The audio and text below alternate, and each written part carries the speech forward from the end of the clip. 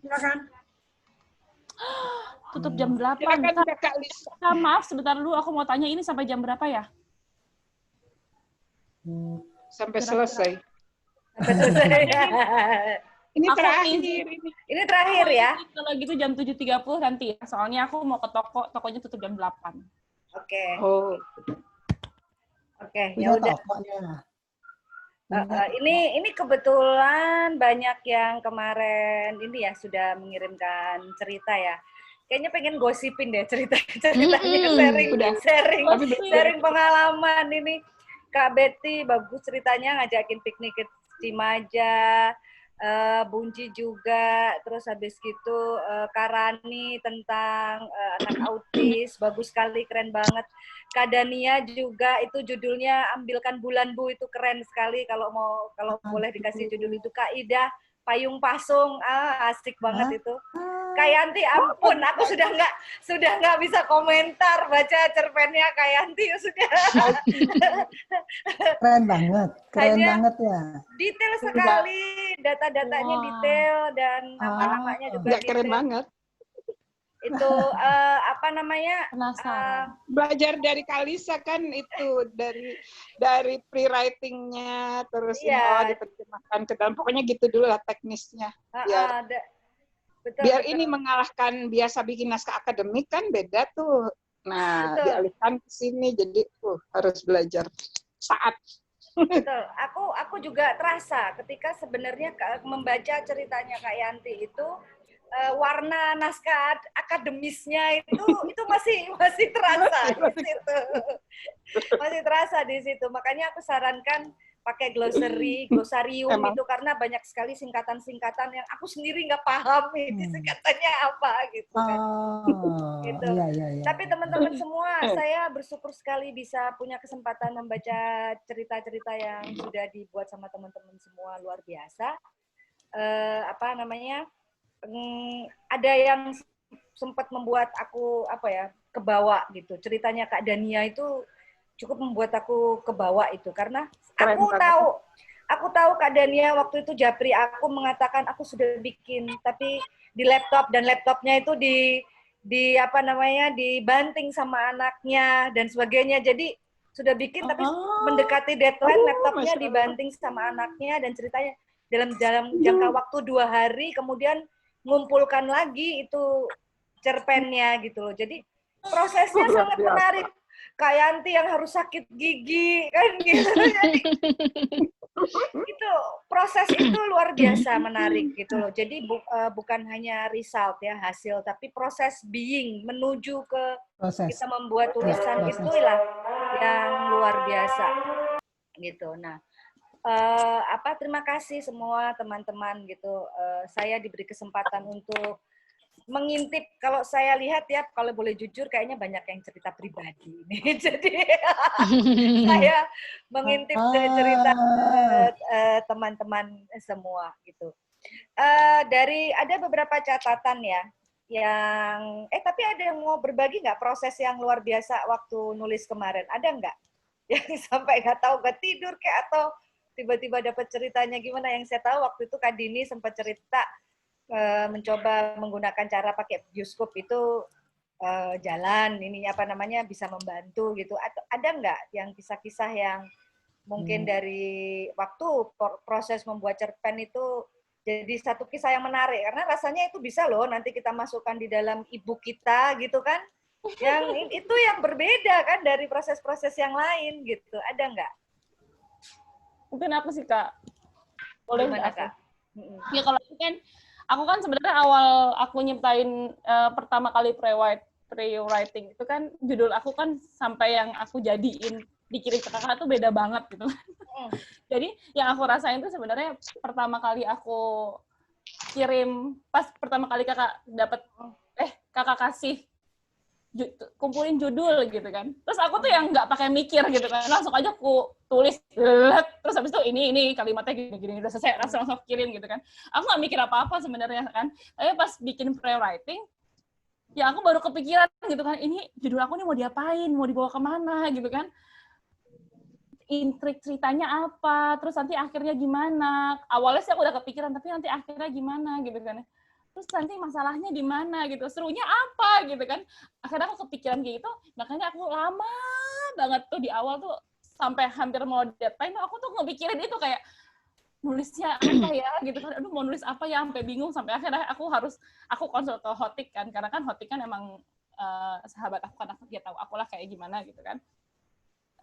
Terus dia ngomong, ya udah Rani, emang kemarin Rani ngomongin apa gitu kan, akhirnya kita curhat kan, kalau kamu kenapa nggak ngomong-ngomong sama Kalisa aja terus aku bilang nggak usah. Ya udah akhirnya pas jadi pro-writing tuh kan ngobrol sama Hotik, oh iya langsung dapet insight kan, oh iya ngerti maksudnya gini, oh iya balik deh aku bikin dong ya kan. Akhirnya aku kumpulin tuh pro-write-nya ke Kalisa kan, terus habis itu udah jadi, terus pas mau bikin ceritanya kembali lagi aku bingung, perasaan itu datang lagi gitu loh ke aku kayak, aduh ini ceritanya nggak aku banget deh, ini kayaknya aduh aku harus kita itu yang kemarin kata Kalisa kan, ya setidaknya mendekati, ada ada penelitiannya lah gitu kan. Kalau misalnya aku ngomongin soal gedung, emang gedung apa sih yang paling tinggi di Jakarta gitu kan, terus kayak emang gimana sih kehidupan orang-orang yang punya gedung, itu kan aku sama sekali nggak ngerti kan gitu kan. Aku pikir udahlah kayaknya aku harus rubah di semua, akhirnya aku rubah semua dan ya nggak tahu sih ya, akhirnya udah berhasil sih kekumpul. Itu sih sebenarnya yang aku nggak nyangka sebenarnya, tapi gitulah. Pokoknya keren deh Kalisa. Tadi kalau Kalisa tadi ngomong sama aku, terima kasih sudah memberikan kesempatan mengintip. Kita yang malah terima kasih, aku yang benar-benar terima kasih sudah. Iya. Keren pokoknya. Iya. Keren semua, saya menjura betul nih dengan karya-karyanya gitu loh. Asik Kak, kok saya punya. Gimana Kak Kalisa, saya mau tanya ini di dalam komentar itu ada warna yang coklat atau merah, itu harus diapain tuh? Kalau warna coklat dan merah itu yang mesti dibenerin, biasanya itu ini. Saya berikan ketika itu ada typo atau ya, kemudian ada lebih banyak ke typo atau ada yang perlu diganti di situ. Kalau warna yang biru itu komentar, ada tambahan komentar dari saya. Ya, kalau biru paham, tapi ini yang merah agak coklat itu dua alinea warnanya merah apa coklat gitu. Oh ya, gimana? Biasanya itu sudah saya jelasin di atas, jadi saya nggak ngulang lagi penjelasannya. Misalnya, ini kalau yang dari naskah yang teman-teman, karya yang teman-teman kemarin sampaikan, saya mencatat ada beberapa yang common ya, atau hal-hal yang sama.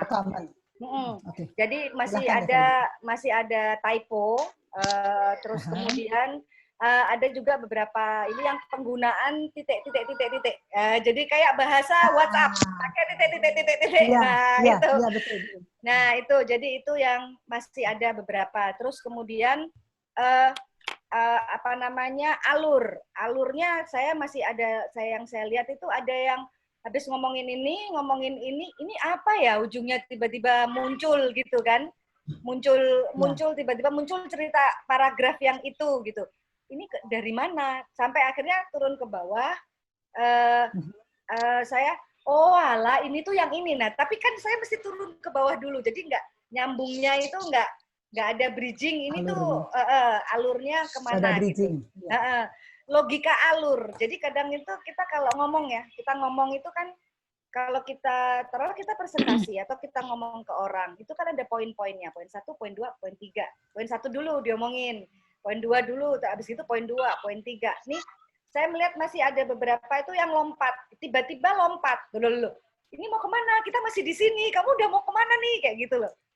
Tiba-tiba lompat gitu aja gitu. Saya masih ngelihat ada yang itu. Terus, nah ini yang hampir semuanya, itu yang pemisahan paragraf, itu yang kayaknya masih pada bingung, pemisahan paragraf. Bagaimana sih paragraf itu harus dipisah gitu kan. Nah kalau saya pokoknya ini, ada satu pokok pikiran, misalnya ya, saya lagi ngomong di sini, saya minum air gitu kan. Lisa sedang minum air putih, gelasnya warnanya putih, dan sebagainya. Nah, kemudian ketika Lisa pindah tempat dan dia di sana sedang mengerjakan sesuatu yang ini, sudah pindah paragrafnya. Jadi pindah tempat, pindah bahasan itu sudah pindah. Nah, ada hampir semuanya itu masih kebingungan ketika memindah paragraf. Ada yang paragrafnya jadi panjang sekali gitu loh. Nah, kalau misalnya kalau dalam bentuk tulisan di Word, mungkin teman-teman tidak akan terlalu bisa melihat. Tetapi ketika itu sudah dicetak di dalam buku, itu akan kelihatan sekali ketika paragraf panjang, itu capek bacanya gitu. Dan memang pemisahannya memang berdasarkan ini satu pokok pikiran. Ini pokok pikiran saya bercerita tentang paragraf 1 Lisa yang sedang minum gitu. Paragraf kedua Lisa pindah tempat, ngobrol misalnya sama anaknya. Nah, itu sudah paragraf yang berbeda gitu.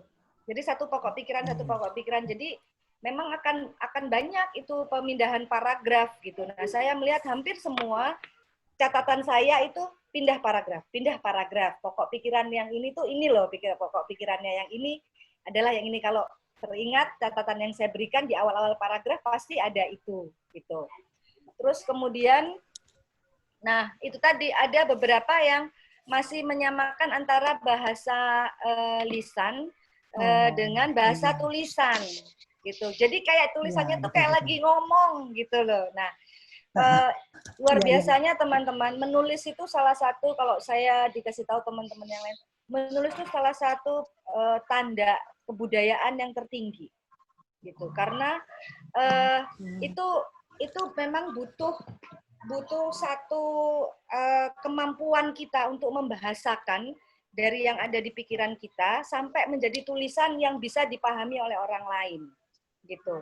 Kalau kita ngomong aja enak kan, ini aja ya kadang-kadang kita ngomong kan beda, ngomong langsung sama walaupun ngomong daring begini pasti masih ada terasa yang beda. Apalagi ini tulisan di mana orangnya itu yang nulis nggak ada di situ gitu. Jadi harus ada kesamaan bahasa untuk semuanya gitu kan. Jadi bukan kayak kita ngomong, jadi memang ada tata bahasanya yang perlu diperhatikan. Dan kenapa makanya di beberapa catatan saya sampaikan saya mengikuti ejaan yang disempurnakan agar semuanya menjadi pemahaman yang universal. Terus beberapa tulisan saya melihat masih terlalu asik dengan detail kronologis. Jadi dari yang maaf saya kasih contoh ya, misalnya ada dari dapur menuju ke ruang makan, menuju ke ruang tamu, menuju ke kamar, menuju ke luar rumah, menuju ke mobil, itu semuanya diceritakan. Gitu. Nah, ini bukannya nggak boleh, enggak, tetapi ingat ini cerpen, teman-teman. Jadi detail kronologis ini itu ambillah yang highlight, yang kira-kira bisa memberikan masuk ke dalam moral of the story atau pokok yang ingin diceritakan apa, yang paling penting apa, gitu. Kita melangkah itu memang penting diceritakan, tetapi ambillah objek-objek atau peristiwa-peristiwa itu yang mendukung ide cerita. Jadi terkesan ceritanya tidak menjadi sangat panjang dan ketika orang baca itu ini mau sampai mana nih? Sampai mana nih? Ini sampai mana nih? Jadi kayak gitu loh. Ada beberapa yang saya melihat masih detail kronologinya masih terlalu detail bahkan gitu loh. Jadi ambil yang memang ini mendukung cerita. Itu bahwa di dapur, kenapa saya perlu ceritakan di dapur? Karena di dapur saya ketemu dengan anak saya. Di situ problemnya. Di ruang tamu, pindah ke ruang tamu, saya perlu ceritakan yang di ruang tamu. Karena apa? Di ruang tamu tempat saya mengurai persoalan dengan anak saya, gitu. Tetapi jika tidak ada hubungannya dengan atau mendukung ide cerita, ya dilewatin saja bahwa nanti dari dapur itu mesti ngelewatin kamar, mesti lewatin garasi misalnya. Ini kan nggak mendukung ide cerita. Dilewatin saja nggak masalah. Karena kita sedang membuat cerpen saat ini. Berbeda jika kalau misalnya kita membuat novel, bahkan ketika anakku bahkan ketika novel pun itu detail ceritanya adalah semuanya mendukung ide cerita. Jadi tidak bertele-tele. Satu lagi adalah tentang ending. Saya melihat teman-teman luar biasa endingnya ya. Cerita tidak ada keputusan. Tidak ada keputusan. Kan hanya mengenang ya kalau nggak salah ya ceritanya kan itu. Bunci ceritanya kan mengenang kan itu. Nah, itu juga. Terus dari Kak Dini juga begitu. Endingnya dibuat nggak ada keputusan, mengambang gitu loh. Nah, itu bagi saya itu cukup menarik gitu loh. Kita tidak bisa kemudian memberikan pembelajaran ke orang lain dengan cerita yang utuh. Biarkan dia atau orang yang membaca itu mengambil saripati sendiri. Dari ceritanya Bunci, saya sudah dapat saripatinya. Walaupun tidak ada endingnya yang ada keputusan pasti, tapi saya sudah dapat saripatinya. Sudah tergambar penyesalan, kesedihan, dan sebagainya sudah tergambar gitu loh. Waktu itu catatan saya adalah bagaimana kita bisa membuat penyesalan dan kesedihan ini dengan gagah. Karena di sini lakonnya adalah sudah tahu melakukan kesalahan, dia menyesal, tapi dia tetap mempertahankan keputusannya. Ini kan gagah gitu, agar tidak terlihat sebagai cerita yang tidak terbaca sebagai cerita yang terlalu mendayu-dayu dan sedih. Ada nilai kegagahan di situ. Itu yang saya kasih masukan untuk Bunci. Tapi ending ceritanya oke gitu, nggak apa-apa, tidak harus punya jawaban atas semua peristiwanya gitu. Nah, itu catatan yang saya bisa berikan kepada teman-teman. Kalau yang lain, Kak Ida, oke sekali ceritanya. Sungguh ending yang di luar dugaan. Endingnya di luar dugaan saya, karena ceritanya kan, aduh ini apa ya? Kayak dengar sekeleteran. Angin. Ya. Waktu itu kan ceritanya tentang Eski, tapi ternyata ending ceritanya justru menghantam kepada kakaknya Eski. Ini di luar dari perkiraan dan menarik gitu loh, orang nggak akan bisa menduga gitu loh. Dan waktu Kak Ida tanya judulnya udah pas itu. Secara rima, payung, pasung itu sudah pas gitu. Nah, Kak Dania juga tadi saya sampaikan luar biasa itu cerpennya gitu. Endingnya juga ngambang ya Kak Dania ya, tidak ada endingnya. Tapi bagaimana nilai perjuangannya seorang ibu menghadapi anaknya yang Down syndrome ya kalau nggak salah waktu itu ya. Ceritanya Down syndrome ya Kak Dania.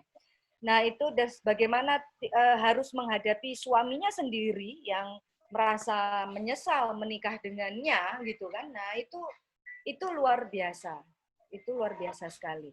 Gitu.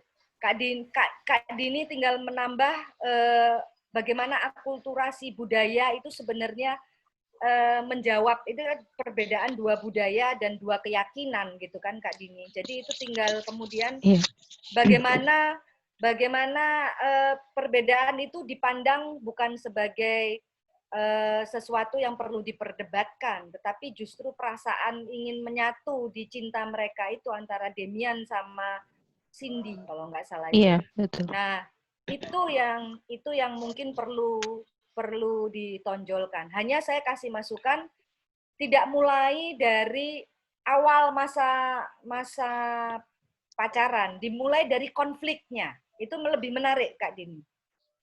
Konfliknya dulu gitu. Jadi memang beda cerita, beda bisa jadi beda treatment teman-teman gitu loh di dalam editingnya. Itu beda treatment. Oke, itu sih gosipan dan catatan dari karya-karya yang kemarin. Gimana Kak Betty? Punya saya belum dibahas. Oh, oke. Iya, Kak Betty tadi saya sudah bahas yang di awal itu bahwa saya menangkap moral of the story-nya adalah bagaimana problem keluarga yang krisis moneter itu bisa selesai. Tapi kan terus judulnya kan piknik di Cimaja, gitu kan. Nah, ini kayaknya nggak konteks dengan judul. Makanya bisa saja piknik di Cimaja ini bisa menjadi ruang penyelesaian keluarga, gitu. yang awalnya cuma bersenang-senang aja, atau ada kejadian tenggelam, atau perjalanan di sana seperti apa. Tapi moral of the story-nya adalah dengan kita itu piknik, dengan kita itu meluangkan waktu untuk berkomunikasi dengan keluarga, maka persoalan itu bisa loh kita selesaikan. Akan ada jalan keluar kalau kita bisa bicara dengan ruang dan situasi yang lebih baik, gitu loh. Nah, Cimaja itu dijadikan momentum penyelesaiannya. Jadi suatu waktu, bisa juga misalnya begini Kak Betty, sewaktu-waktu jika kami terkena badai atau gelombang permasalahan lagi, kami akan mengingat suatu hari di Cimaja. Bisa begitu, jadi dijadikan momen di Cimaja itu tempat kita menyelesaikan problem gitu loh. Jadi akhirnya Cimaja bukan hanya menjadi tempat piknik. Cimaja adalah tempat untuk bagi keluarga si tokoh ini untuk menyelesaikan masalah. Jadi nggak usah ganti judul ya? Nggak usah jadi ganti judul? Nggak perlu ganti judul. Hanya tinggal Kak Betty masukkan problem yang krisis moneter itu dibahasnya atau diselesaikannya di Cimaja. Oke, bukan di rumah, bukan di Jakarta. Bukan di rumah lagi, iya. Kalau di Jakarta lagi, akhirnya piknik Cimaja itu cuma sekedar kayak semacam tempelan aja, Kak. Akhirnya. Ya, betul. Benar-benar. Seperti itu. Jadi sebelum pergi piknik, masalah udah ada. Sudah ada kan memang. Hanya tidak bisa terselesaikan karena maklum lah, di dalam keluarga pulang ke rumah pasti udah capek gitu kan. Ini logis kan. Jadi kita juga mesti harus berpikir logis. Sudah capek, nggak bisa ngomong karena yaudah tidur aja, besok udah kembali lagi ke kantor, ketemu dengan masalah lagi gitu. Akhirnya ruang di Cimaja itu yang digunakan untuk menyelesaikan masalah. Menyelesaikan. Sip, makasih. makasih. Ya. Kalau Kak Yanti saya no comment itu. udah oke. Itu ini bahkan Kak Yanti, ini kalau dijadikan novel itu asik loh. Artinya semua tokohnya berbicara. Jadi di cerpennya Kak Yanti, boleh share ya Kak Yanti ya? Boleh. Di cerpennya Kak Yanti itu, semua tokohnya itu berbicara. Ya karena pre-writing-nya keren.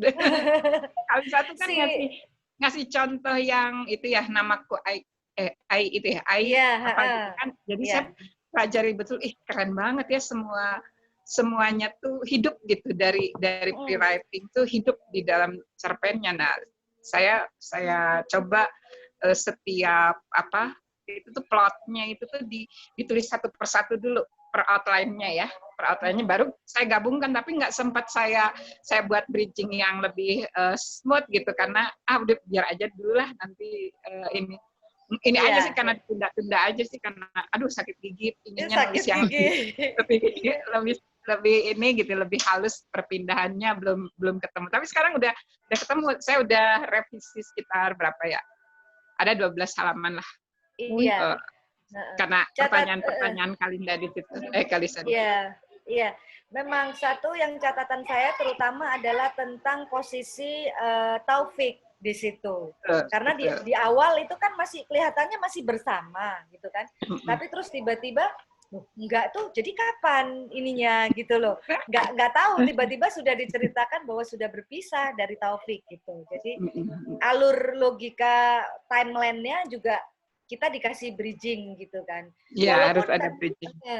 Awalnya saya merasa ya nggak apa-apa meskipun sudah berpisah, tetapi hubungan dengan Taufik masih tetap bagus, Taufik tetap masih mau mengantarkan ke bandara pun itu pun nggak masalah gitu kan. Tapi di situ tidak terlihat sama sekali. Tapi terus tiba-tiba muncul gitu loh, cerita tentang itu, ujuk-ujuk muncul gitu. Nah itu sih catatan saya yang untuk Kak Yanti. Ya lagi buat jembatan-jembatannya di situ. Iya.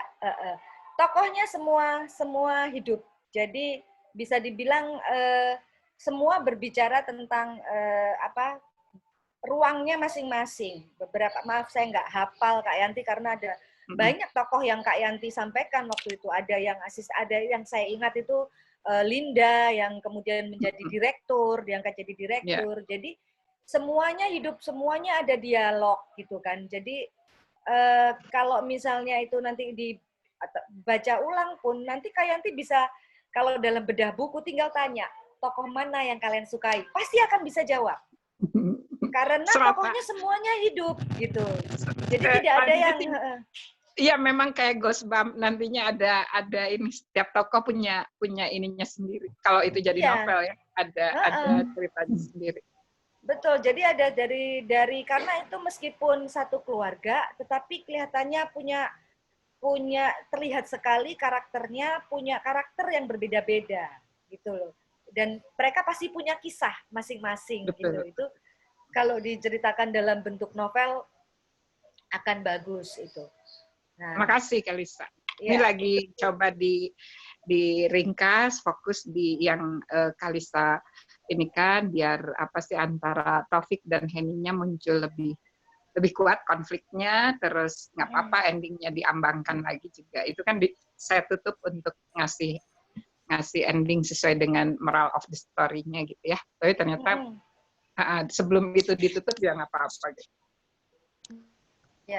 Ya itu yang ini apa namanya dari catatan yang untuk sebentar, kalau Kak Wike ini aku kayaknya belum mengirim ya, tapi nggak apa-apa, tetap kesempatan untuk tetap menulis, untuk berkarya bareng kan tetap ada gitu. Itu aja sih gitu untuk yang catatan karya-karya yang sudah ada gitu. Keren banget Kalisa, hafal satu persatu dengan alurnya. Wah, kalau saya udah pusing. Iya, karena saya juga bacain dengan benar-benar saya. Nah, ini ada hubungannya dengan materi sebenarnya yang mau sampaikan, yang tadi Kak Yanti sampaikan itu. Izin saya share screen ya dari yang sudah saya sampaikan lewat PDF-nya. Silakan. Ya, oke. Kak Wike chatting. Oke. Nggak apa-apa Kak Wike, tetap kita tunggu semua di sini. Kak Lovely bisa di-allow untuk share screen saya? Kahos. Dia lagi webinar lagi nih di tempat lain ini. Oke, saya belum bisa share screen. Udah dipesankan kue. Mama lagi daring, Bang. Asik, ada yang mau ngasih kue. Iya, saya juga kedengeran tadi ada yang mau ngasih kue. Saya kirim alamat ya. Boleh. Apa sih yang enggak ya? Ini banyak ini pesertanya loh webinarnya. Iya, oke. Sambil menunggu kan itu sudah saya share di grup WhatsApp ya. Mungkin sambil lihatnya yang di grup WhatsApp aja ya. Ya, udah. Kalau ada. misalnya. Coba kita lihat. Tips editing kan, tentang editing. Ya, betul. Yang editing. Saya belum sempat lihat ini. Jenis editing. Kita baca bareng aja ya. Oh iya, ini editing jalin kata ya. Oke. Ya, betul. Nah, di editing itu yang saya sampaikan, ada 3 jenis editing, teman-teman semua. Ada yang disebut macro editing, ada yang disebut line editing, ada yang disebut copy editing. Kalau macro editing, ini ngerombak. Ini yang disebut dengan revisi. Gitu. Saya berupaya sekali kemarin dengan ide teman-teman, saya sangat menghargai idenya. Jadi saya tidak melakukan macro editing dari yang kemarin. Saya biarkan idenya tetap seperti ide awal, hanya saya melakukan yang disebut mulai dari line editing dan copy editing. Tapi itu tidak semua, karena saya harap teman-teman juga ikut melakukan. Jadi saya hanya memberikan patokannya aja di atas, terus teman-teman ikut melakukan yang di bawahnya. Jika menemukan hal seperti itu lagi, tolong diubah. Jadi kalau line editing kan menyesuaikan beberapa kalimat dan menyusun ulang paragraf. Ada beberapa paragraf yang saya pecah gitu kan. Terus kemudian copy editing mengkoreksi kata, ejaan, termasuk pula mengkoreksi. Ada teman-teman, saya nggak tahu apakah mengetiknya cepat-cepat sehingga penulisan dialog untuk dialog itu tidak sesuai dengan tata bahasanya gitu. Jadi saya bagian itu saya tuliskan contoh penulisan dialog itu seperti apa. Seperti menggunakan petik 2, terus kemudian kalau misalnya di dialog itu kan kadang-kadang ada petik 2 kalimat, terus ada yang pakai koma, ada yang pakai titik. Kan gitu. Nah, itu sih penggunaannya sebenarnya semuanya tergantung kita. kita kalau misalnya sudah cukup dengan tidak perlu dijelaskan lagi ini siapa yang berdialog, ya sudah kasih titik saja. Tapi masih perlu dijelaskan siapa yang dialog, koma, baru tanda titik namanya apostrof itu, ketik 2, baru kata Lisa. Nah, itu pakai koma dan hurufnya huruf kecil yang belakangnya. Itu hanya penggunaan ini ya, EYD-nya seperti itu. Nah, itu jenis-jenis editingnya. Nah, ini saya kasih yang namanya tip self editing. Nah, sebenarnya editing ini dilakukan oleh pihak lain. Kalau di dalam skema penerbitan itu dilakukan oleh editor. Jadi penulis memang tugasnya itu hanya menulis. Kemudian di penerbitan editorlah yang bertugas untuk mengedit. Editor yang sebenarnya bisa melakukan ketiga hal, mulai dari makro editing, line editing, atau copy editing. Ini yang dilakukan oleh editor kalau di penerbitan. Nah, tapi ini saya kasih self editing karena bisa jadi sekarang ini kita tidak perlu bergantung kepada penerbit. Kita bisa menerbitkan sendiri melalui seperti dibuat e-book atau self publishing. Jadi publishnya kita butuh orang hanya untuk bantu kita mendesainkan dan mencetak saja. Tapi kita melakukan semuanya, mulai dari menulis sampai mengedit. Nah, untuk self editing di situ saya bagi beberapa. Ada yang disebut sebagai alpha reader. Alpha reader itu seperti yang saya sampaikan, setelah menulis tinggalkan karya tulis beberapa hari untuk menjadi alpha reader. Terus kemudian setelah waktu itu saya sarankan tinggalin deh 3 hari dulu. Gitu. Setelah itu baru dibaca lagi perlahan-lahan. Nah, di sini teman-teman tidak lagi sebagai penulis, tetapi seperti pembaca. Jadi anggaplah karena sudah ditinggal 3 hari, jadi ini kan sudah agak berjarak ya dengan kita.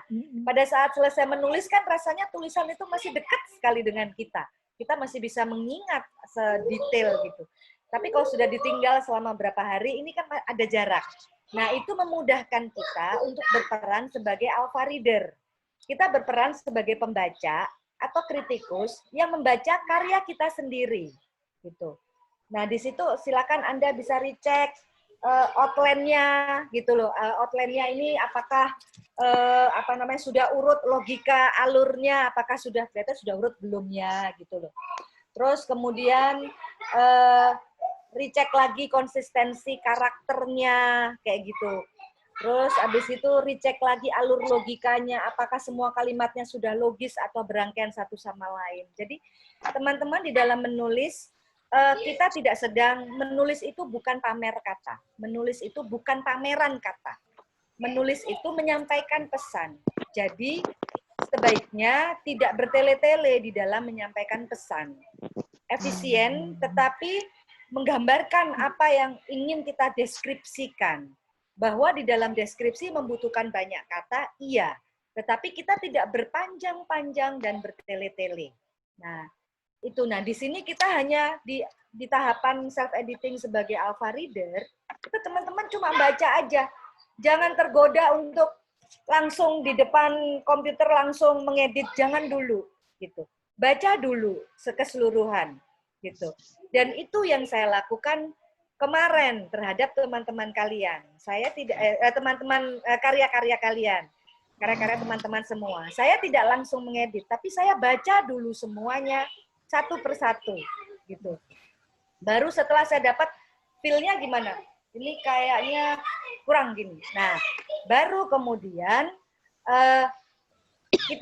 saya punya gambaran besar. Oh, ini ceritanya kurang asik nih kalau gini. Ini asiknya begini nih. Ini ceritanya, jadi masih gambaran besar. Belum sampai di editing yang harus mengubah gitu kan. Nah, judul cerpennya Kak Dania itu saya dapatkan pada saat saya menjadi alpha reader. Jadi baca begitu, judulnya apa ya waktu itu anakku permataku kalau nggak salah ya.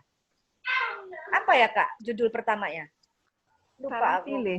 Oh, salah pilih. Oh ya, itu adalah kata dari suaminya si tokoh yang selalu mengatakan, saya salah pilih kamu, saya salah pilih, berulang kali mengatakan itu. Tetapi di situ ada lagu yang disampaikan, lagunya Ambilkan Bulan Bu. Saya sampai nyanyi, Kak, sama lagu itu gitu. Itu berulang kali untuk menggambarkan tentang bagaimana kondisi anaknya. Nah, saya menemukan judul itu, Ambilkan Bulan Bu, itu pada saat saya alpha reader. Nah, sudah setelah itu, di situ kan pasti ada catatan-catatan yang nggak perlu kita langsung diedit gitu kan. Nah, setelah itu, baru teman-teman berperan sebagai beta reader. Jadi membaca lagi. Dibaca lagi dari awal lagi. Nah, disinilah seakan-akan di beta reader itu, tadi kan seakan-akan ada 2 orang nih, ada alpha reader yang pembaca, gitu kan. Anggaplah kalau proses seperti kemarin itu, saya ini alpha readernya. Saya ngasih masukan ke teman-teman sekalian, gitu. Nah, setelah teman-teman mendapatkan masukan, baru teman-teman kan ngedit lagi. Nah, itulah beta reader. Beta reader itu adalah editing, tetapi sudah mendapatkan masukan dari peran kita atau fungsi kita sebagai alpha reader, gitu. Di beta reader inilah baru pegang laptop, gitu kan? Pegang laptop dan kemudian baru mulai membaca lebih teliti kalimat yang terasa tidak pas, terlalu bertele-tele atau pengulangan. Dan jika diperlukan, bisa membaca dengan menyuarakan kalimat-kalimat Anda. Nah, ini ada hubungannya dengan yang saya sampaikan di sesi lalu ketika Kak Dini bertanya saya, gimana ya caranya biar bisa tergambar. Saya waktu itu uji Kak Dini, oh ternyata modalitasnya visual. Kalau modalitasnya visual, berarti Kak Dini harus menggambarkan itu seperti kayak bioskop gitu kan. Nah, tapi ada yang modalitasnya itu auditori. Saya modalitasnya auditori dan kinestetik dirasa gitu kan. Nah, itu kadang-kadang ketika membaca kalimat, contohnya misalnya saya baca sebuah kalimat, berperanlah sebagai penulis yang telah mendapatkan masukan. Itu bagi saya beda dengan saya cuma baca begini. Hanya diam saja. Kalimatnya terasa pas atau tidak, itu terasa. Gitu loh. Nah, sementara kan pembaca karya kita itu kan berbagai macam orang gitu loh. Jadi kita harus memenuhi itu semua gitu loh. Kita sendiri aja ngerasa kalimatnya ketika diperdengarkan nggak pas kok gitu loh. Nah, itu yang perlu kita edit. Kalau perlu, kalau memang sudah terasa nggak pas nih gitu loh. Tapi bagi yang kayaknya perlu nih, gimana sih? Terutama yang dialog-dialog gitu ya. Itu coba dibacakan dengan bersuara, disiarkan gitu, disiar gitu.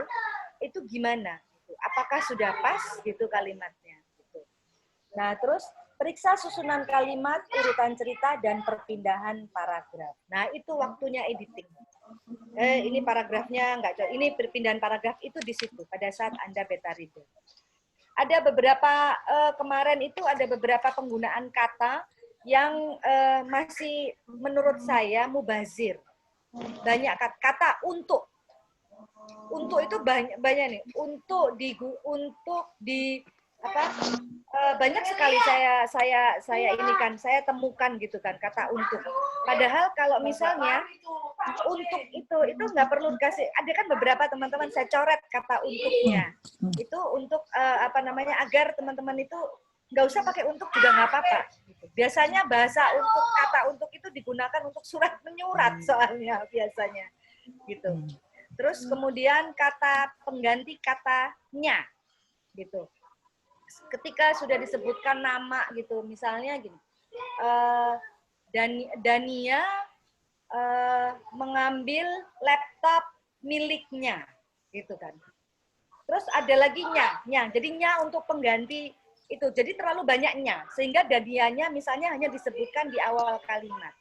Nah, kata gantinya itu bisa loh kalau mau dibuat lebih cantik lagi. Maksud saya ini bukannya salah, tapi bisa loh untuk dibuat lebih cantik lagi. Kata pengganti. Misalnya,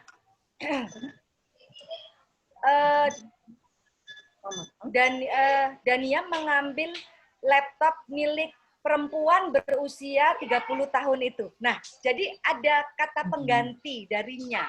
ketika dibaca itu lebih cantik untuk didengar maupun dibaca gitu. Jadi penggunaan kata ini nanti akan terasah ketika teman-teman lebih sering menulis dan membaca sebenarnya. Nah, itu yang urutan yang beta reader. Nah, tips yang ketiga itu yang namanya proofreader. Proofreader itu di pemeriksaan tanda baca, penggunaan huruf kapital, penggunaan kata sambung, penggunaan kata ganti, periksa konsistensi spasi, kemudian style paragraf, catatan kaki jika ada, nomor halaman, dan hal-hal detail. Jadi justru ketika editing itu, hal-hal yang detail kayak kapital apa itu terakhir. Itu terakhir. Yang penting konten kita itu sudah alurnya sudah pas. Teman-teman itu membaca itu juga sudah enak. Nah, itu dulu. Nanti soal tanda baca apa-apa, itu terakhir aja ributnya. Jadi jangan diributin di awal, tapi terakhir aja. Nah, itu adalah urutan ketika kemudian teman-teman mau melakukan self-editing. Nah, yang ideal sih sebenarnya tidak self-editing ya. Karena lagi-lagi kita tetap harus berhadapan dengan kita sendiri. Yang mungkin terbatas di dalam melihat segala sesuatunya. Yang lebih ideal adalah ketika kita punya alpha reader atau pembaca di awal yang tandem yang bisa kita tolong dong bacain naskahku, ada nggak yang menurut kalian gimana gitu kan. Nah, untungnya kita berkomunitas seperti ini.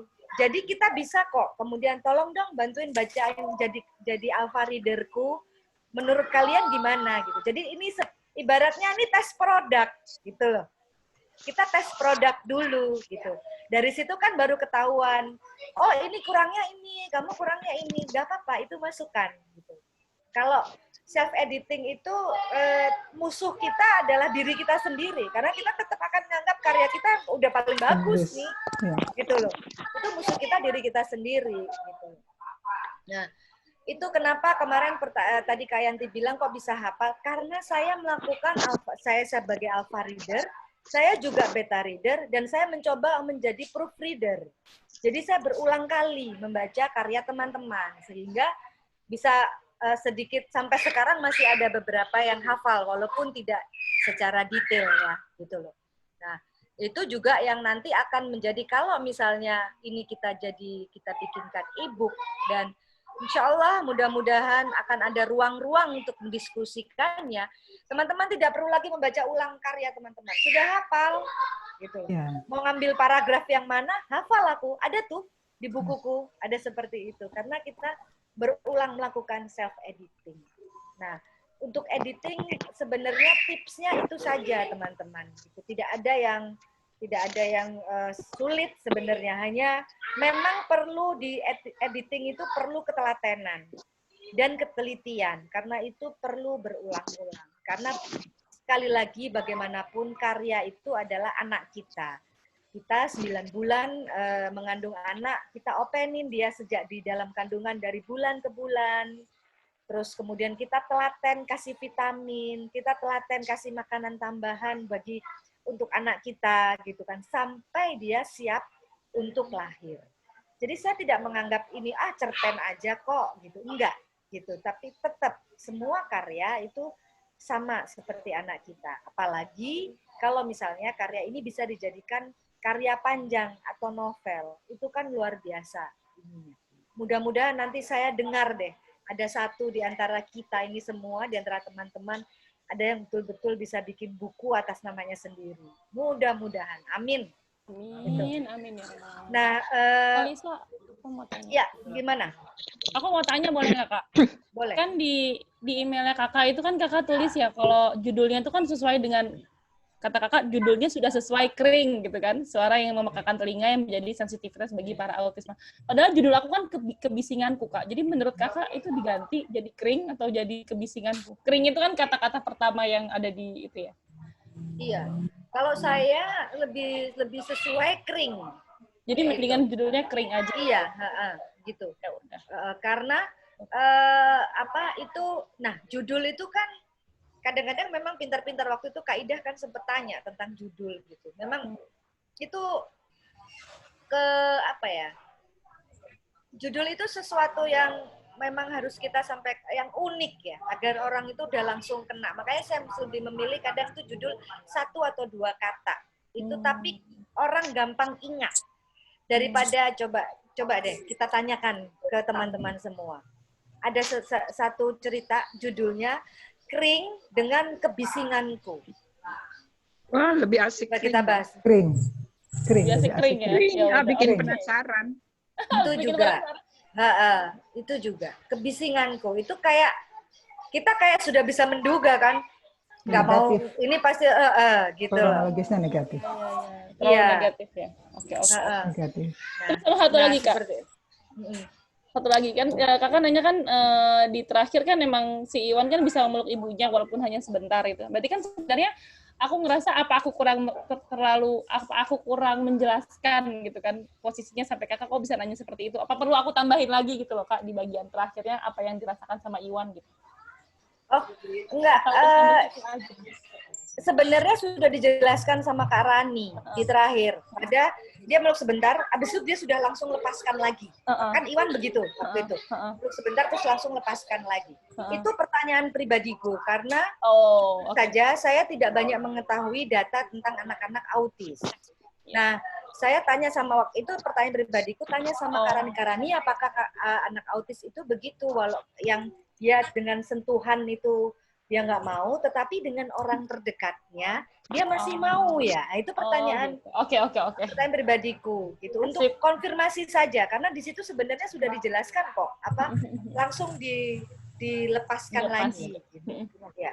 Oke, terima kasih. Maaf sebelumnya teman-teman aku pamit dulu ya. Kalisa terima kasih waktunya. Iya, nggak apa-apa. Oke, Kalisa boleh tanya dulu ya. Boleh Kak Ida. Pamit. Waktu itu kan Kalisa sempat kasih masukan tentang hook ya. Nah, itu gimana triknya supaya, nah gini, apakah hook itu bisa kita taruh setiap paragraf harus ada hooknya supaya sisi menarik sebuah karya itu stabil loh dari awal sampai akhir bagus gitu loh. Yang sering terjadi kan tengah-tengah udah hambar gitu loh Kak. Nah, apa setiap sisi itu harus ada hooknya banyak-banyak atau gimana sebetulnya? Hook itu hanya untuk di awal. Jadi hook itu kita sedang menarik pembaca untuk tetap di tempat dulu gitu. Satu kalimat ya kayak ibaratnya kalau kayak iklan di detik-detik awal itu kan mesti harus menarik. Kalau iklan di YouTube itu kan bahkan 3 detik aja gitu kan iklan di YouTube itu. Nah, bagaimana kita bisa membuat 3 detik tapi dia tetap bertahan. Itu dulu. 3 detik first impression. Jadi impresi pertama itu hook gitu. Tapi untuk kemudian paragraf-paragraf selanjutnya nggak perlu pakai hook. Yang diperlukan adalah justru bridging. Dari paragraf 1 ke paragraf lainnya itu ada jembatan, ada bridging-nya. Walaupun bridging itu tidak perlu dengan kalimat kemudian dan lalu, nggak perlu begitu gitu. Tapi ada bridging, bisa bridging peristiwa atau bridging kata kait yang masih nyambung. Jadi kayak orang itu kayak kebawa sama rangkaian kereta api. Dari paragraf-paragraf itu kayak ada rangkaian kereta apinya yang terus nyambung gitu loh. Terkait satu sama lain gitu. Kan nggak mungkin kemudian rangkaian kereta api itu kan kepalanya dulu di depan gitu kan, terus baru gerbong gitu kan. Nah, ini gerbong-gerbongnya kan kalau kereta api itu kan ada eksekutif 1, eksekutif 2, eksekutif 3, misalnya begitu. Nah, itu jangan sampai kemudian eksekutif 1 terus eksekutif 7, eksekutif 2, eksekutif itu nanti penumpangnya bingung kayak gitu dah. Contohnya ketika editing itu alurnya itu yang mesti kita perhatikan, ini udah urut belum? Kayak misalnya kita bercerita itu kronologis enggak ini. Atau kalaupun memang ceritanya tidak kronologis seperti ceritanya siapa ya yang bercerita tentang anak perempuan di masa perang Jepang. Itu ceritanya enggak kronologis. Jadi lompat-lompat tapi ada kaitan satu sama lain. Jadi enggak terasa itu lompat-lompat gitu loh. Jadi kronologis itu bukan semata hanya waktu. tetapi kronologi alur pikir sebenarnya. Kayak gitu. Kronologinya itu. Kayak gitu Kak Ida. Oke, terima kasih Kak. Ya, karena kan sekali lagi Kak Ida, ketika kita belajar yang di writing itu kan ada alur yang dimana ada intro, kemudian naik sampai klimaks. Nah, jadi nggak semuanya memang harus naik terus, tapi nggak apa-apa mengalir pelan sampai dia naik ke atas sampai di problem utamanya, klimaks gitu. Itu Kak Ida. Yep. Terima kasih Kak Lisa. Kak Lisa, saya mau tanya lagi Kak Lisa. Iya, Kak Betty. Ketika harus menceritakan karakter seseorang, itu kalimatnya saya menceritakan misal, Ananta itu merasa sedih ketika, ya begitu mengucapkan, atau saya merasa sedih. Ananta berkata, saya merasa sedih ketika ditinggal oleh misalnya ini. Atau kan di situ saya menceritakan keluarga itu kan mereka kan menurut Ananta ceritakanlah karakter mereka itu, perasaan mereka itu seperti bagaimana. Jadi saya menceritakan bahwa kelihatannya Ananta merasa gembira ketika dia berada di pantai. Begitu. Oke. Paham. Jadi gini, yang saya sarankan waktu itu adalah bagaimana kita melakukan prinsip show don't tell. Jadi tunjukkan tanpa harus memberitahu gitu. Jadi misalnya Ananta sebenarnya mau menunjukkan menuliskan Ananta bergembira. Tapi kan bisa, tapi tidak harus ditulis Ananta sedang bergembira. Tidak harus begitu. Misalnya ditulis Ananta matanya berbinar, misalnya begitu. Kemudian celoteh riang keluar dari mulutnya, apa itu celoteh. Nah, menunjukkan hal-hal yang menunjukkan kegembiraan. Tanpa kita harus ngasih tahu Ananta bergembira. Nah, ini prinsip show don't tell. Maksudnya dengan begitu deskripsi kita terhadap karakter dan apa yang dilakukan itu bisa lebih beragam. Gitu Kak Betty. Ya, tadi saya kesulitan sekali menampilkan karakter mereka gitu loh. Iya.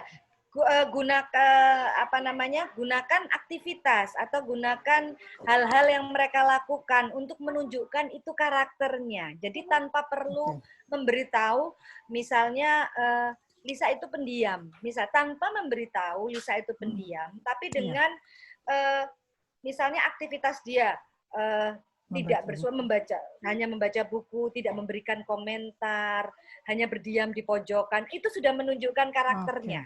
Tanpa kita beritahu. Kayak gitu, Kak Betty. Terima kasih. Lisa mau tanya ini. Iya, Kak Dania. Ya, ini kan dari koreksi Kak Lisa dari tulisan saya, ini ada pindah paragraf. Sudah beda pokok pikiran. Mungkin tadi sudah dijelaskan, tapi karena mungkin jaringannya nggak stabil, jadi saya agak enggak tuntut mendengarkannya, atau mungkin belum dijelaskan karena saya belum mengerti untuk masalah pindah paragraf sudah beda pokok pikiran. Nah, mestinya bagaimana? Karena satu paragraf yang saya bikin itu hanya terdiri dari 2 sampai 3 kalimat, kemudian saya teruskan dengan paragraf berikutnya yang agak lebih panjang kalimatnya. Mestinya bagaimana kalau ada masalah seperti ini yang pokok pikirannya berbeda setiap paragraf? Boleh Kak Dania, yang pokok saya tulis nggak di situ pokok pikirannya apa? Jadi, yang pertama. Berarti paragraf pertama dari tulisan saya ini pokok pikirannya lelah. Ini ada 3 kalimat, kemudian di catatan Kak Lisa ini harusnya pindah paragraf dengan pokok pikiran aktivitas seharian. Oke. Nah, ya, mestinya bagaimana? Ya, jadi saya sampaikan buat pembelajaran juga buat teman-teman yang lainnya. Jadi saya share ya Kak Dania ya cerita tentang Kak Dania. Jadi di awal itu ke awal kalimat, awal paragraf Kak Dania bercerita tentang kelelahan. Yang lelah dan badannya terasa capek semua kalau nggak salah waktu itu ceritanya. Gitu. Terus dia ingin segera beristirahat. Nah, itu di paragraf pertama. nyambung tentang Kak Dania bercerita tentang aktivitas sehari-hari. Rutinitas aktivitas yang menyebabkan sehari. Pak, iya, yang menyebabkan lelah itu maksud saya lelah ini karena aktivitas sebelumnya. Yang disebabkan oleh aktivitas sebelumnya. Coba dibacakan kalimatnya, Kak. Yang aktivitas sehari-hari. Biasanya ada kata gitu kan? Enggak, sepanjang hari aku sangat sibuk berkutat dengan banyak pekerjaan. Yang deadline-nya bersamaan. Overtime sering ku jalani, tapi malam ini terlampau singkat terasa. Ya, oke. Jadi, lelah itu penjelasan awal. Penjelasan awal tentang rasa. Gitu. Nah, saya usulkan untuk pindah paragraf, karena abis itu kakak bercerita aktivitasnya. Bisa dipahami nggak? Ini berbeda pokok pikiran. Yang ini kan menjelaskan tentang rasa lelah. Bagaimana rasa lelah. Nah, bahwa rasa lelah itu disebabkan oleh aktivitas sehari-hari, ini udah beda yang diomongin. Jadi contohnya gini, aduh, aku lelah nih, aku capek, badanku rasanya capek semuanya. Tak, itu satu. Aku ngomongin satu hal. Gitu. Terus hal yang kedua yang aku omongin, ini tuh aku seharian tadi, itu aku habis banyak sekali deadline, meeting nggak selesai, kerjaanku nggak selesai. Dua hal yang berbeda.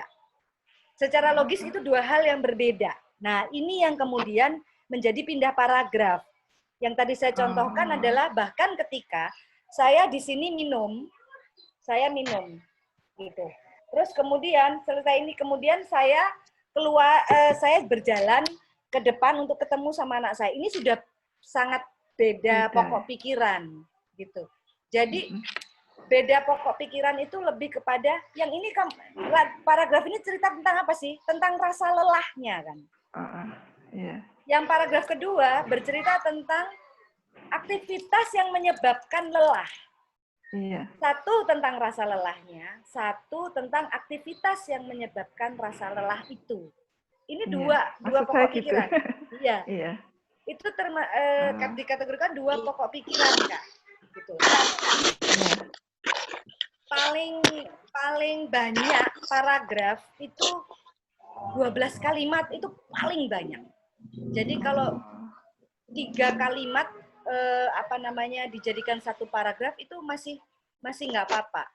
Apalagi kalau misalnya Kak Dania bisa bercerita tentang rasa lelahnya itu menjadi lebih luar biasa, itu malah lebih bagus. Rasa lelah yang dirasakan di paragraf awal tadi loh, Kak.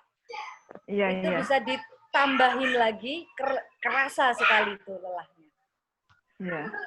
Seperti itu. Kemudian untuk paragraf berikutnya, setelah lelah tadi paling enggak maksimal 12 kalimat, terus paragraf berikutnya, apa yang perlu saya bicarakan? Apa yang bisa saya tuliskan? Kalau yang di situ apa? Kalau yang di situ apa? Saya sampaikan. Saya agak lupa. Kalau catatan sendiri malah lupa saya. Iya. Yanya gini aja, pindah paragraf karena sudah beda pokok pikiran, dan pokok pikiran di situ sudah aktivitas seharian gitu. Itu aja catatannya dari Kak Lisa. Iya, tadi saya menjelaskan tentang kenapa saya menyarankan untuk pindah paragraf. Karena itu dua pokok pikiran yang berbeda. Satu, bercerita tentang kelelahan. Rasa lelah. Rasa yang dirasakan dan aktivitas. Itu dua pokok pikiran yang berbeda. Nah, jadi prinsip dari pindah paragraf adalah ketika, siapa ini? Sisa, cucuku yang paling kecil. Halo. Ketika sudah berpindah yang diomongin, nah itu pindah paragraf yang berbeda yang ditulis. Jadi rasa lelah itu satu. Yang kedua, aktivitas sehari-hari, aktivitas sebelumnya itu beda yang diomongin, Kak. Kayak gitu prinsipnya. Kenapa saya memberi catatan itu? Karena itu.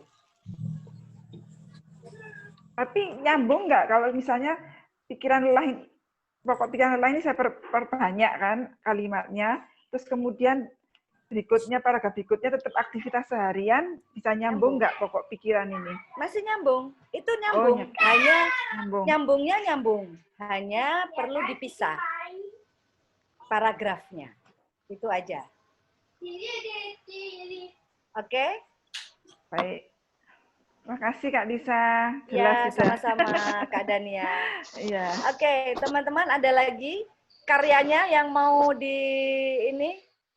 diulas sebelum nanti itu akan menjadi e-book.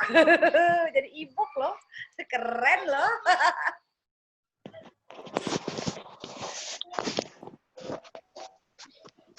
Ada lagi?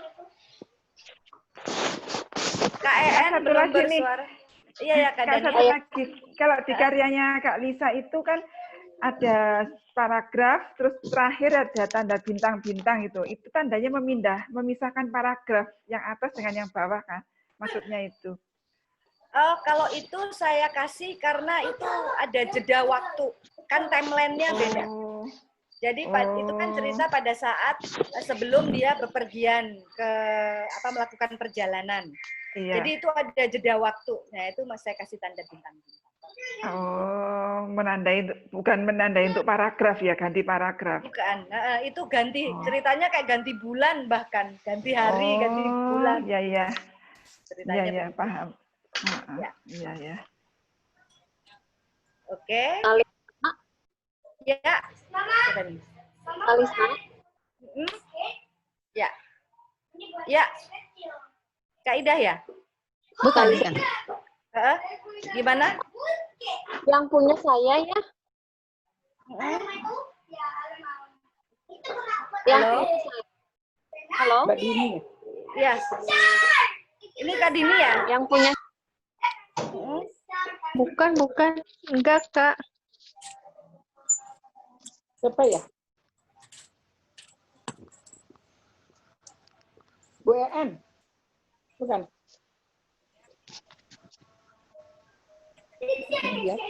Sorry. Anakku bermain dekat dengan sini jadi enggak ini. Kak Dini ya tadi ya? Cek dulu. Halo? Halo. Halo. Ya. Kayak telepon halo. Oh, Kak En. Kak En kah? Halo? Iya, tadi siapa yang yang resen? Halo? Ya. Terima kasih Kalisa untuk koreksi. Ya, untuk koreksi dari Kalisa itu saya belum paham ada yang diwarnain orange dan ada yang diwarnain biru ya di kalimat-kalimat di percakapan. Itu maksudnya apa ya Kak ya? Oke. Tadi udah. Oke, maaf ya. Jadi akhirnya pada bertanya semua, saya nggak menjelaskan maksudnya apa gitu. Kalau yang warna biru itu yang ada komentar dari saya, pasti ada komentarnya dari saya. Nah, kalau yang warna orange atau kayak kecoklatan gitu, itu biasanya ini ada typo, ada salah eja atau apa namanya yang memang harus ini penulisannya tidak seperti itu. Jadi tidak sesuai dengan EYD. Itu. Jadi lebih kepada ejaan saja. Tapi kalau yang perlu saya komentari, nah itu revisinya dengan yang warna biru. Atau saya ganti gitu kalimatnya, itu revisinya dengan warna biru. Itu KN. Yang warna biru itu lebih pada pindah paragraf gitu. Iya, itu revisi yang catatan yang dari saya yang lebih dari sekedar typo atau lebih dari sekedar ejaan.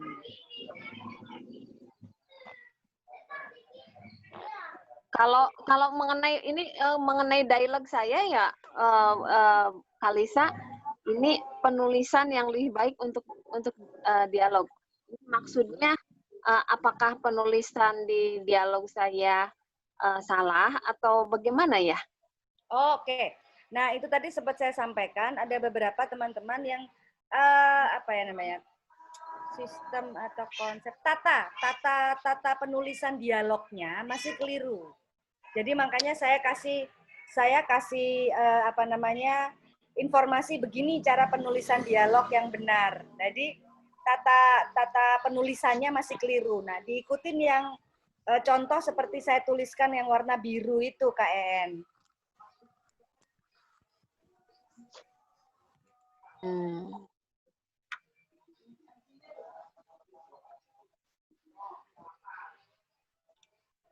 Saya belum paham. Saya soalnya juga nggak sambil ngelihat ininya KN ya, apa namanya, nggak sambil Lulu. Hai. Oke, nanti saya sambil lihat KN. Nanti kalau misalnya ini saya ini kan maksudnya, saya sambil lihat ya, karena saya nggak sambil ngelihat, jadi mesti detail boleh. yang mana-mananya. Mau dilihat lagi berarti ya sama Kalisa. Enggak, maksudnya kan hanya tinggal gitu ya. Menjelaskan sama yang saja. Warna orange kan itu banyak di dialog ya. Nah sebenarnya ada berapa? Ada 3 gitu ya warna orange itu. Ya itu kalau enggak ini dialog. Oke.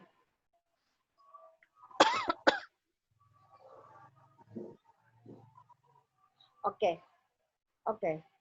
Nah, yang di atas itu KN, ini saya sudah buka ceritanya KN. Yang di atas itu saya coba bandingkan 2 kalimat di atas. Jadi itu perbandingan. Yang coklat itu tulisan KN, yang biru itu tulisan saya. Jadi bandingkan kedua kalimatnya. Menurut KN lebih enak mana kalimatnya? Itu yang untuk KN. Itu yang pertama sudah saya terima.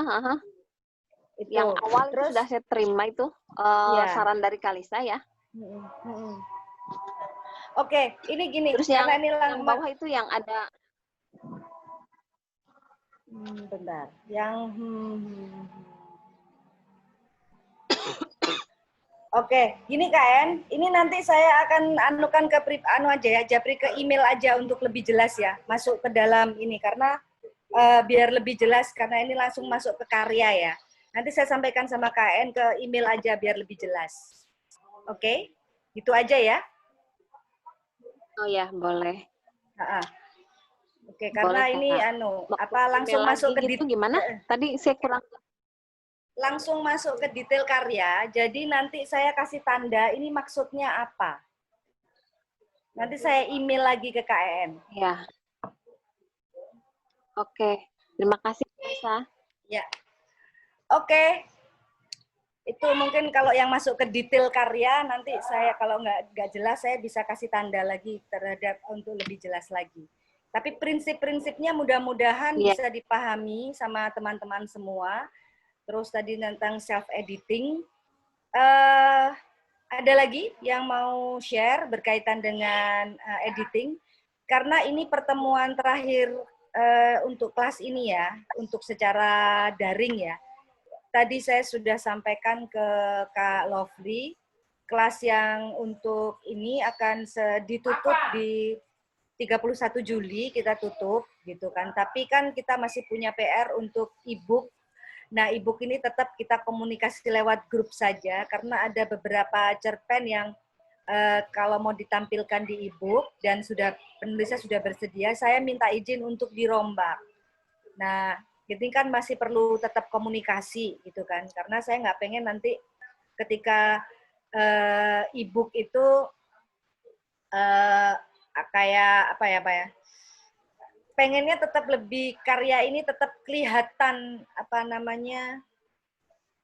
menarik gitu loh. Karena saya nggak pengen ide semua teman-teman yang menarik ini kemudian nanti pada saat eksekusi pembuatan cerpennya jadi turun gitu. Jadi saya tetap pertahankan idenya agar idenya itu tetap kelihatan waktu penulisan cerpennya. Gitu. Jadi nanti kan Kak Lovely kan minta untuk cerpennya dikirimkan semua ke emailnya Kak Lovely. Nanti saya minta izin untuk baca ulang sekali lagi. Apakah perlu ada editing-editing lebih lanjut. sebelum itu kemudian dicetak dijadikan e-book gitu. Iya. Ya, setuju. Setuju. Jadi berarti perbaikannya masuk dulu ke Kalisa. Berarti perbaikannya masuk dulu ke Kalisa. Nah, boleh silakan mengatur bagaimana ini. Saya rasa saya ini dulu sebelum kita berpindah topik untuk ke e-book. Saya karena tadi saya sama Kak Lovely bersepakat bahwa ini pertemuan terakhir daring dan kelas ini kita akhiri di saya mengucapkan terima kasih sebanyak-banyaknya kepada teman-teman yang sudah sangat semangatnya saya sangat apresiasi sama semangatnya teman-teman semua, luar biasa untuk mengikuti kelas ini gitu kan. Ini ternyata kita tuh sudah 2 bulan loh. Masa? Hampir 2 bulan. Nggak kerasa ya? Hampir 2 bulan gitu. Dan saya minta maaf kalau misalnya saya dalam hal penyampaian saya atau dalam membantu teman-teman dalam membuat karya dan belajar ini ada kesalahan. Saya berharap apa yang bisa saya sampaikan ini bisa menjadi manfaat untuk teman-teman semua untuk menyampaikan pesan, karena bagi saya menulis itu menyampaikan pesan terutama pesan kebaikan kepada semua. Kartini, kemudian ide-ide Kartini, perjuangan Kartini itu juga bisa tersebar luas karena dia menulis. Karena kata Kartini adalah menulis adalah bekerja untuk keabadian. Jadi mudah-mudahan apa yang saya sampaikan di kelas ini bisa memberikan manfaat untuk semua. Amin, itu aja dari saya. amin. Saya senang bisa ketemu sama teman-teman semua, kenalan. Kak Lovely, terima kasih sekali udah dikasih kesempatan ketemu sama ibu-ibu, mbak-mbak, dan kakak-kakak luar biasa ini. Justru kita yang senang banget. Buat saya ini luar biasa. Makasih loh Kak Lisa. Terima kasih Kak Lisa.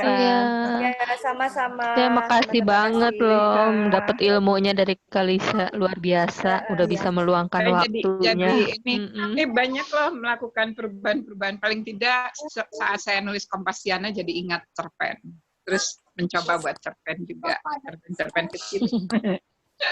Udah beberapa tulisan. Senang aja sih. Kapan mau di email cerpen-cerpennya? Kan ya. Oke, langsung ke Ibu, gimana? 2 minggu lah ya, 2 minggu ya. 2 minggu ya? Ya. 2 minggu insya Allah biar nggak terlalu lama. Ya.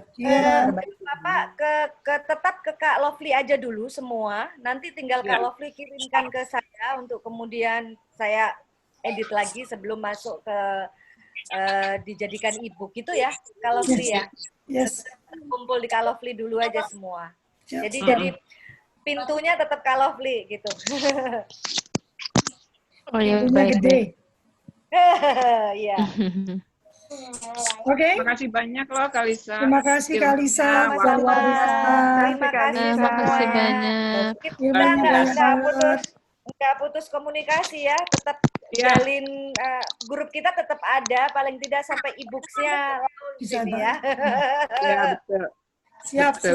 Terima kasih banyak teman-teman. Sudah? Ya, makasih banyak. Nanti akan saya upload ya, ini saya record ya, nanti saya upload ya. Ya, makasih. Bye. Makasih Kak Lisa. Ya. Selamat Lebaran. Hai Kak Dini. Ya, Sehat ya semuanya. Si Tata sehat ya. Ya, makasih. Selamat Lebaran ya. Besok Lebaran itu apa? Ya, selamat Lebaran yang merayakan. Makasih. Ya. Oke, dadah. Bye. Bye.